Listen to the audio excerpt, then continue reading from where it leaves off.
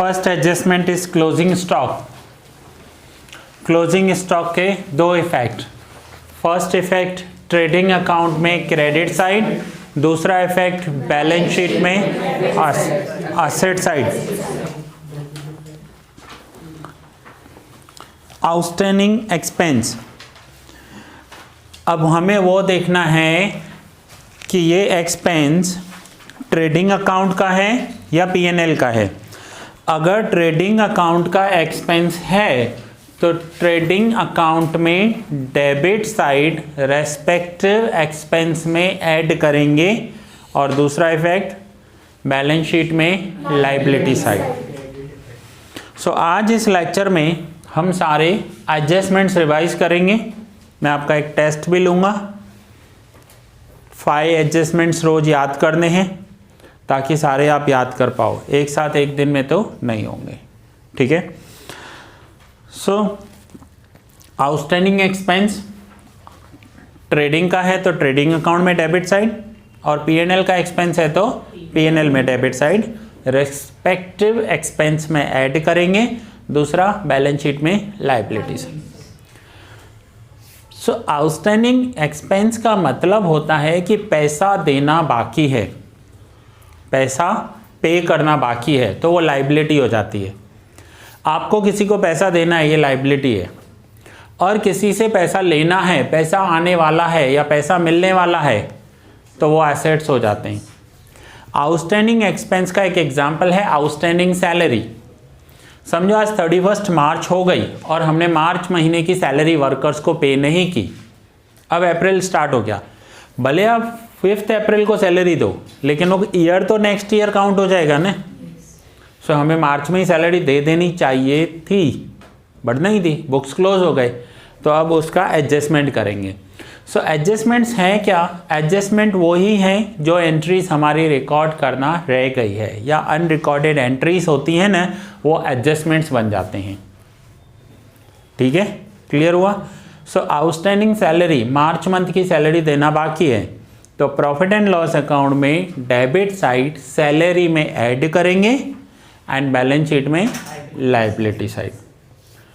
Outstanding wages, तो wages आते हैं ट्रेडिंग अकाउंट में, सो ट्रेडिंग अकाउंट में डेबिट साइड वेजेस में ऐड करेंगे और बैलेंस शीट में लायबिलिटी साइड।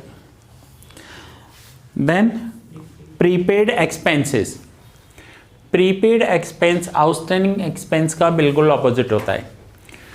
प्रीपेड का मतलब होता है कि हमने एडवांस में पे कर दिया, एडवांस एक्सपेंस पे कर दिए। सो ट्रेडिंग या पीएनएल जो भी एक्सपेंस होगा उस एक्सपेंस में से डिडक्ट करेंगे। समझो वो ट्रेडिंग का एक्सपेंस है तो ट्रेडिंग में डेबिट साइड डिडक्ट, पीएनएल का एक्सपेंस है तो पीएनएल में डेबिट साइड डिडक्ट, और बैलेंस शीट में असेट्स में दिखाते हैं। For example prepaid stationery ₹500, so stationery prepaid कर दिया है, पीएनएल अकाउंट में डेबिट साइड स्टेशनरी में से डिडक्ट एंड बैलेंस शीट में एसेट्स। देखो पीएनएल अकाउंट में स्टेशनरी में से डिडक्ट कर रहे हैं, यानी क्रेडिट इफेक्ट दे रहे हैं ना। डेबिट साइड होती है ना stationery, stationery expense, debit side deduct कर रहे हैं। इसका मतलब है कि हम कौन सा इफेक्ट दे रहे हैं? क्रेडिट इफेक्ट, और बैलेंस शीट में एसेट साइड। सो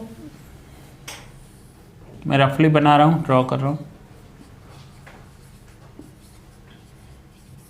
ट्रेडिंग अकाउंट,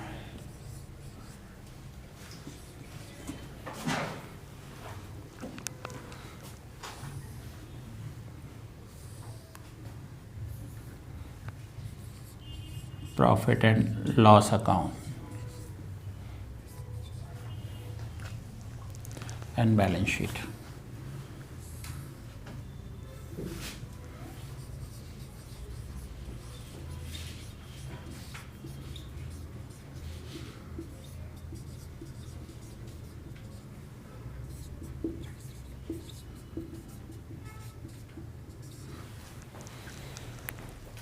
सो नेक्स्ट क्या है?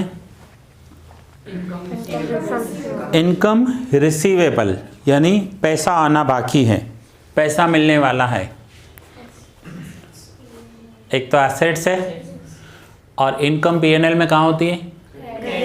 So profit and loss account में क्रेडिट साइड इनकम में ऐड करेंगे और बैलेंस शीट में एसेट साइड। बैलेंस शीट का एसेट साइड डेबिट इफेक्ट होगा, प्रॉफिट एंड लॉस अकाउंट में क्रेडिट साइड ऐड करना ये क्रेडिट इफेक्ट होगा।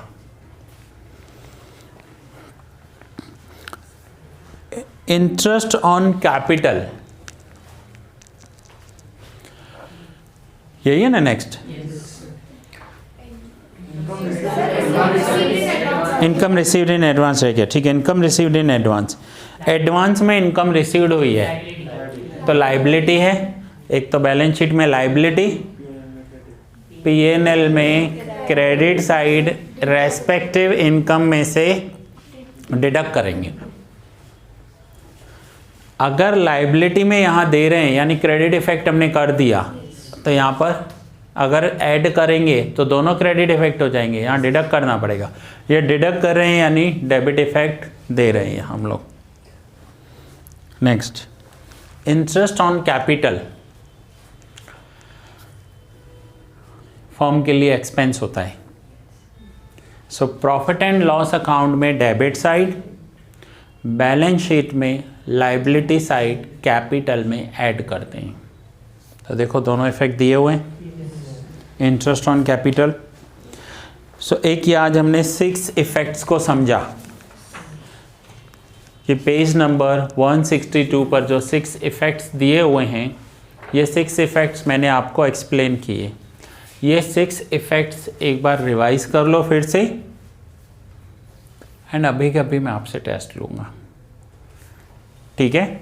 और कल जो हमने नेक्स्ट क्वेश्चन हमें करना था, क्वेश्चन नंबर 7, लास्ट लेक्चर में 6 किया था और 7 के कुछ एडजस्टमेंट्स आ रहे थे, तो 7 के जो एडजस्टमेंट्स हैं वो रीड करो और वो मैंने आपको टिक भी करवाए थे, वो भी देख लो एक बार।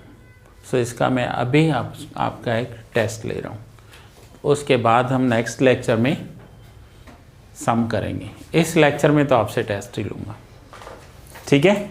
सो सारे एडजस्टमेंट्स 1 to 6 एक बार रीड कर लो, किसी में भी कोई डाउट है तो फिर से क्लियर कर लो।